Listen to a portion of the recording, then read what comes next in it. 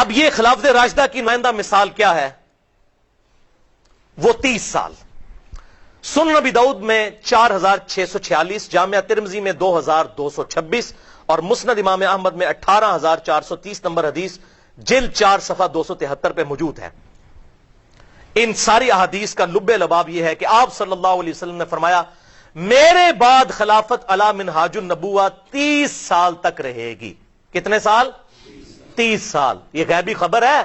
لوگ کہتے ہیں یہ حدیثیں چھپاؤ، حضور صلی اللہ علیہ وسلم کی تو نبوت کو جسٹیفائی کرتی ہیں یہ حدیثیں کہ یار آپ صلی اللہ علیہ وسلم اپنی وفات کے 30 سال بعد کے واقعات بتا رہے ہیں اور ایگزیکٹ اسی طرح پورے ہو رہے ہیں۔ یہ تو محدثین حضور کی غیبی خبروں میں نبوت، علامات نبوت والے چیپٹر میں حدیثیں لے کر آئے ہیں، اور یہ کہتے ہیں چھپاؤ۔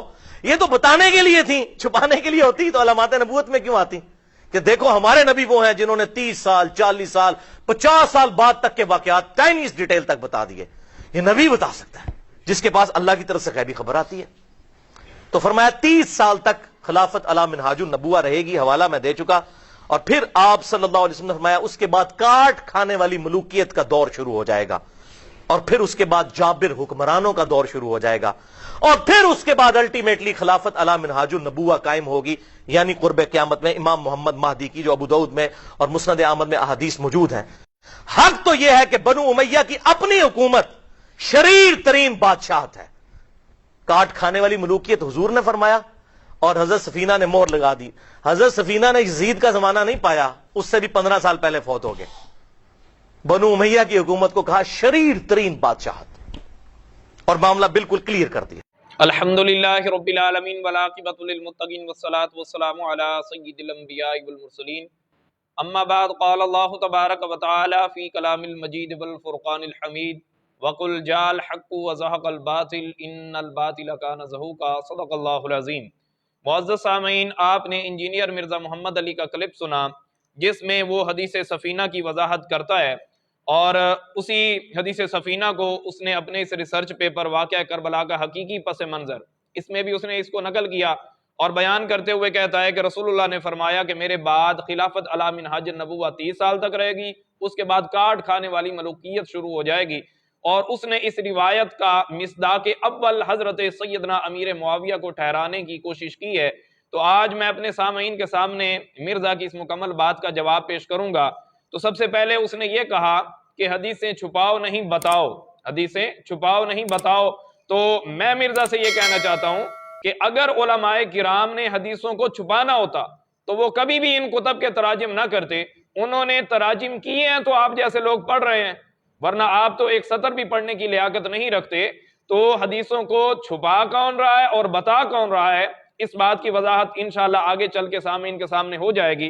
اور اس کے بعد اس نے یہ کوشش کی کہ اس روایت کا مصداق اول جو رسول اللہ صلی اللہ علیہ وسلم کی روایت میں نے آپ کے سامنے مرزا نے پڑھی، اس کا مصداق اول یہ حضرت سیدنا امیر معاویہ کو ٹھہرانے کی کوشش کرتا ہے، اور کہتا ہے کہ حضرت سفینہ یزید کا زمانہ انہوں نے پایا ہی نہیں۔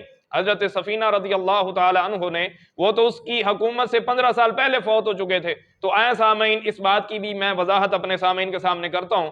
یہ میرے ہاتھ میں سیر اعلام النبلاء ہے، سیر اعلام النبلاء دارالکتب العلمیہ کی مطبوعہ ہے۔ اس کتاب میں حافظ شمس الدین ذہبی رحمۃ اللہ علیہ آپ حضرت سفینہ کی وفات کے متعلق کیا فرماتے ہیں؟ یزید کی حکومت ہے 60 سے لے کر 64 ہجری تک، 60 سے لے کر 64 تک یزید کی حکومت ہے۔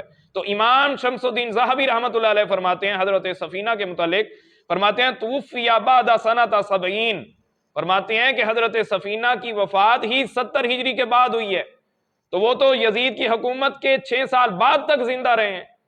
تو یہ بات کر کے در حقیقت یہ دھوکہ یہ دینا چاہتا ہے کہ یہ اس روایت کا مصداق اول حضرت امیر معاویہ کی ذات کو ٹھہرایا جا سکے، جو کہ اس کی ایک ناکام کوشش ہے۔ تو میں نے سامعین کے سامنے واضح کیا، امام شمس الدین ذہبی رحمۃ اللہ علیہ فرما رہے ہیں کہ حضرت سفینہ 70 ہجری کے بعد آپ نے وفات پائی۔ تو سامعین، میں مرزا سے یہ کہتا ہوں جو اس نے کوشش کی کہ حضرت امیر معاویہ کو مصداق ٹھہرایا جا سکے، مرزا کو یہ چیلنج ہے کہ مرزا ایک صحیح السند مرفوع حدیث مبارکہ پیش کرے جس میں رسول اللہ صلی اللہ علیہ وآلہ وسلم نے حضرت امیر معاویہ کا نام لے کر کہا ہو کہ حضرت امیر معاویہ کی بادشاہت ظالم بادشاہت ہے۔ تو مرزا کو قیامت تک مہلت ہے۔ مرزا صاحب آپ کبھی بھی ایسا پیش نہیں کر سکتے، صرف آپ ایسی ناکام کوششیں ہی کر سکتے ہیں۔ تو سامعین یہ تھا اس کی ان 2 باتوں کا جواب۔ آئیے اب آگے چل کے یہ اپنے فالورز کے ذہنوں میں اور عام مسلمانوں کے ذہنوں میں یہ کنسپٹ ڈالنا چاہتا ہے کہ ملوکیت ملوکیت ملوکیت، کہ ملوکیت کوئی بری چیز ہے، ملوکیت کوئی بری چیز ہے۔ تو آئے سامعین ہم اللہ کے قرآن سے اس بات کا فیصلہ کرتے ہیں کہ کیا ملوکیت بری چیز ہے یا اچھی چیز ہے۔ قرآن مجید فرقان حمید میں اللہ نے ارشاد فرمایا وَآتَاهُ اللَّهُ الْمُلْكَ، حضرت داؤد علیہ السلام کو اللہ نے بادشاہت عطا فرمائی، حضرت سلیمان علیہ السلام کو عطا فرمائی، حضرت یوسف علیہ السلام کو بادشاہت عطا فرمائی۔ اگر بادشاہت اتنی ہی بری چیز تھی جیسا کہ مرزا اپنے فالورز کو یہ کنسپٹ دیتا ہے کہ ملوکیت ملوکیت ملوکیت کی رٹ لگاتا ہے، اگر یہ اتنی ہی معاذ اللہ بری چیز تھی تو اللہ کیا اسے اپنے انبیاء کو عطا فرماتا؟ آئے سامعین اب میں آپ کے سامنے حدیث سفینہ کی مکمل تحقیق پیش کر دیتا ہوں۔ یہ میرے ہاتھ میں کتاب العواصم من القواسم ہے، جس کے لکھنے والے جلیل القدر امام مشہور محدث قاضی ابو بکر بن العربی ہیں، اور یہ مکتبہ توفیقیہ مصر کی مطبوعہ ہے۔ قاضی ابو بکر بن العربی آپ حدیث سفینہ کے متعلق فرماتے ہیں وَهَذَا حَدِيثٌ لَا يَصِحُ، فرماتے ہیں حدیث سفینہ صحیح نہیں ہے۔ اس سے آگے یہ میرے ہاتھ میں کتاب العواصم من القواسم فی تحقیق مواقف الصحابہ بعد وفات النبی ہے، اور یہ بھی مصر کی مطبوعہ ہے۔ اس میں مشہور محدث امام محب الدین الخطیب اس حدیث کے راویوں پر جرح کرتے ہوئے آپ نے اس حدیث کا ضعف ثابت کیا ہے۔ تو سامعین حدیث سفینہ کا جو مدار ہے وہ سعید بن جمحان پر ہے، اور یہ اکیلا ہی ہے جو حضرت سفینہ سے یہ حدیث روایت کرتا ہے۔ تو آئیں اس کے متعلق ائمہ جرح و تعدیل کیا فرماتے ہیں۔ یہ میرے ہاتھ میں المغنی فی الدوفا ہے، المغنی فی الدوفا، اس میں حافظ شمس الدین ذہبی رحمۃ اللہ علیہ فرماتے ہیں سعید بن جمحان الاسلمی عن سفینہ قال ابو حاتم، امام جرح و تعدیل امام ابو حاتم رحمۃ اللہ علیہ فرماتے ہیں لا یحتج بہ، فرماتے ہیں کہ اس کی روایات سے احتجاج نہیں کیا جا سکتا۔ قال الحافظ صدوق لہو افراد، حافظ ابن حجر عسقلانی فرماتے ہیں کہ صدوق ہے لیکن متفرد روایات بیان کرتا ہے۔ تو آئے سامعین اب جس کے متعلق حافظ ابن حجر عسقلانی فرما رہے ہیں کہ صدوق ہے لیکن متفرد روایات بیان کرتا ہے، تو اب میں اصول حدیث کے قاعدہ سے یہ بات اپنے سامعین کے سامنے واضح کرتا ہوں کہ جو راوی صدوق ہو لیکن متفرد روایت بیان کرے اس کے متعلق کیا حکم ہے۔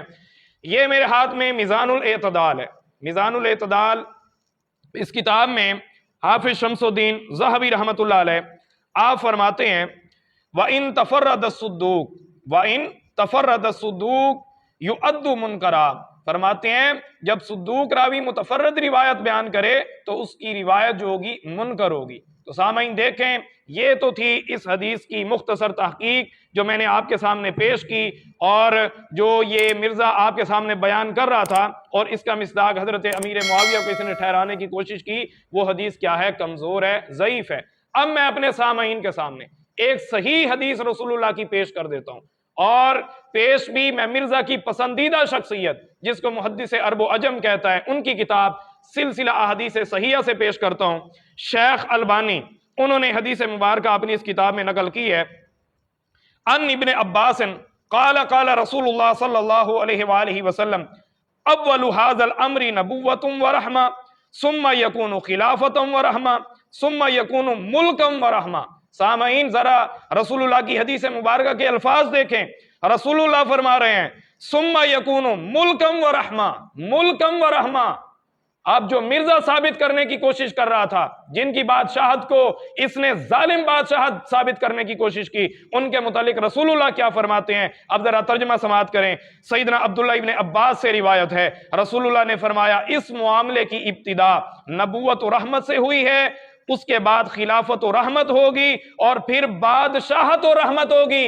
مرزا صاحب ظالم بادشاہت ثابت کرنے کی تم نے کوشش کی، اور وہ بھی ایک کمزور اور ضعیف حدیث کے ذریعہ سے، لیکن رسول اللہ فرما رہے ہیں حضرت امیر معاویہ کی بادشاہت کو رسول اللہ رحمت والی بادشاہت کہہ رہے ہیں، فرمایا پھر بادشاہت اور رحمت ہے۔ تو سامعین مرزا اپنے آپ کو اہل حق کہتا ہے، میں مرزا سے یہ کہنا چاہتا ہوں اگر اہل حق ہو، منصف مزاج ہو، تم نے تو ضعیف حدیث سے استدلال کیا، میں نے آپ کے سامنے صحیح حدیث پیش کی، اور کی بھی ان کی کتاب سے جو آپ کے نزدیک محدث عرب و عجم ہے۔ اب ذرا مہربانی کریں صحیح حدیث مبارکہ کو اپنے ریسرچ پیپر میں نقل کریں، تاکہ سب کو پتہ چل جائے کہ مرزا حدیثیں چھپاتا نہیں بلکہ بتاتا ہے۔ آپ تانا تو ہمیں دے رہے تھے، لیکن اب اگر آپ میں جرت ہے تو اس حدیث کو جو میں نے آپ کے سامنے پیش کی اسے اپنے ریسرچ پیپر میں درج کریں۔ لیکن مجھے پتہ ہے آپ نہیں کریں گے، کیونکہ آپ کے دل میں صحابہ کا بغض ہے، اور وہ بغض آپ کو کبھی بھی